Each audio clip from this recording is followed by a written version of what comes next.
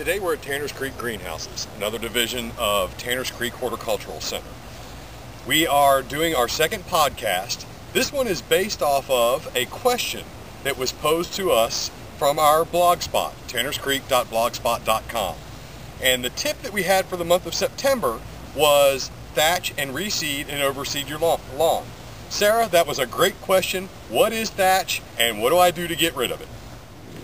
Thatch is basically the buildup of debris on the soil level on your lawn.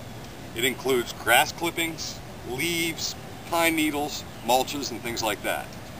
Now, some thatch is very beneficial. It actually helps to retain moisture like a mulch and also helps to keep the soil cooler. Obviously, cooler nights, warmer days is what stimulates the grass to grow. So in some cases, it is very beneficial. Yet, when thatch builds up to a level over ½ inch, it becomes detrimental to the yard and can lead to brown spots in your lawn, which is disease.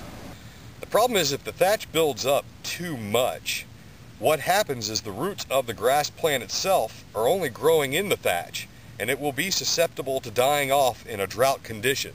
You won't have enough water for those roots to really be in, and it dries out.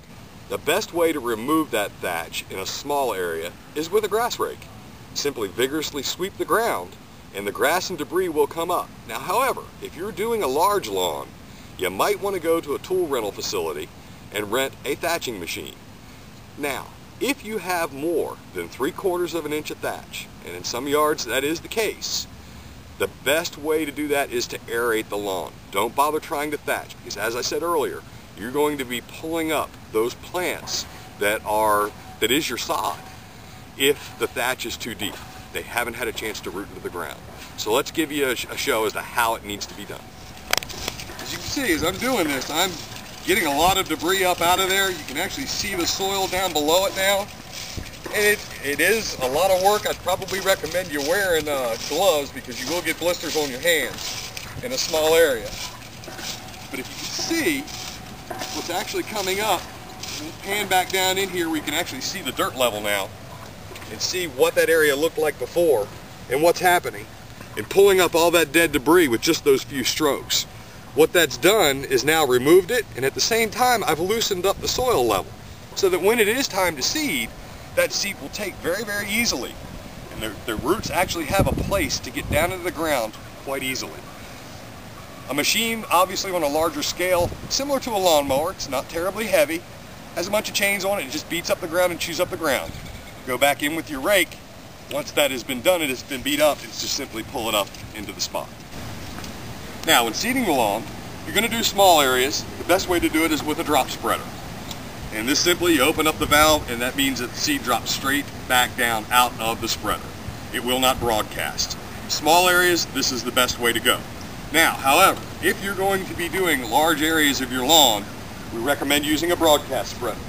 This has a little prop down on the bottom of it that spins, and it will throw the seed out 5 to 6 feet in each direction. Obviously meaning you have to do less passes with your yard. This is the best way to go through and get a reseed or overseed on your lawn. Good luck. Right now is the perfect time to do it. With the cool temperatures at night and the warm temperatures during the day, seed will germinate in 7 to 10 days and give you a beautiful lawn and have a chance to get established before winter hits.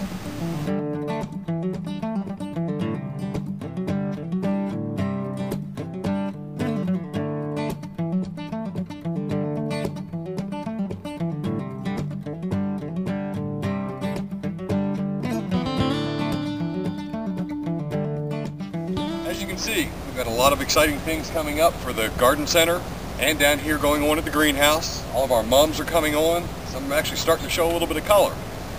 We'd like to take this opportunity to thank you for your response to our blog spot and all the questions we've been receiving. Continue to stay tuned for the next podcasts. We're hoping to be able to put one out every week for you. Your question could be our next podcast.